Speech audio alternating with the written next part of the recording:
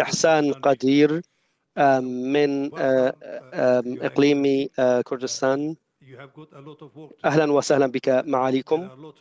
هنالك الكثير من العمل الذي تقومون به، وهنالك دعم كبير لكم هنا في المملكة المتحدة وفي الولايات المتحدة.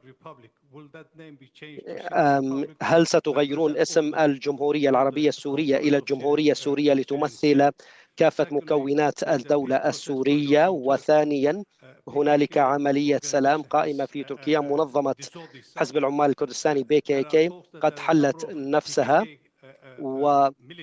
ويقال بأن عددا منهم يريدون الذهاب إلى سوريا وقد شجعوا للذهاب إلى سوريا.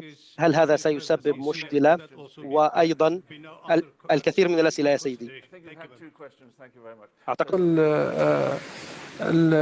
الجمهورية العربية السورية، يعني اليوم الجمهورية العربية السورية اسمها الجمهورية العربية السورية. إذا كان هناك تغيير فبالتأكيد هذا سيكون من خلال البرلمان، ولا يكون من خلال، يعني يحتاج إلى توافق وطني، ويحتاج إلى قانون جديد، ويحتاج إلى، يعني هذا أمر من صلاحيات البرلمانية أكثر من صلاحيات الحكومة الحالية. لكن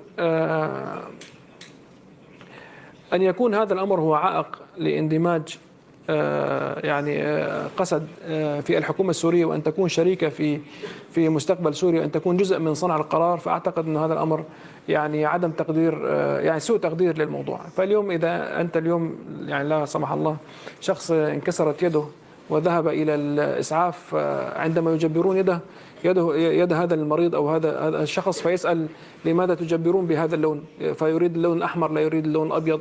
فاليوم خلينا نحل المشكلة، بعدين نتكلم عن الأشكال والألوان والأعياد وكذا. هذا أمر أعتقد أنها أمور يعني هي رمزية وشكلية، لكن ما يهمنا الآن أن نحافظ على الجوهر، أن يكون هناك المجتمع السوري مشارك بكافة طوائفه في العملية السياسية الحالية، وأن نركز على الجوهر أكثر من الشكل. فاليوم نريد أن نركز كيف يمكن للشعب السوري أن يأخذ حقوقه كاملة، منهم المجتمع الكردي، المجتمع المسيحي، جميع المجتمعات التي تمثل سوريا اليوم. فاليوم نتكلم عن هذه الطائفة التي أو المجتمع الذي عانى أيام النظام، كيف نضمن حقوقه في الدستور ونعيد ترميم ما مضى في الدستور، وكيف يكون مشاركا في الحكم عندما كان ممنوع عليه أن يشارك في الحكم في مرحلة من المراحل. فأعتقد أن التركيز يجب أن يكون على هذه المواضيع أكثر من الأمور الشكلية.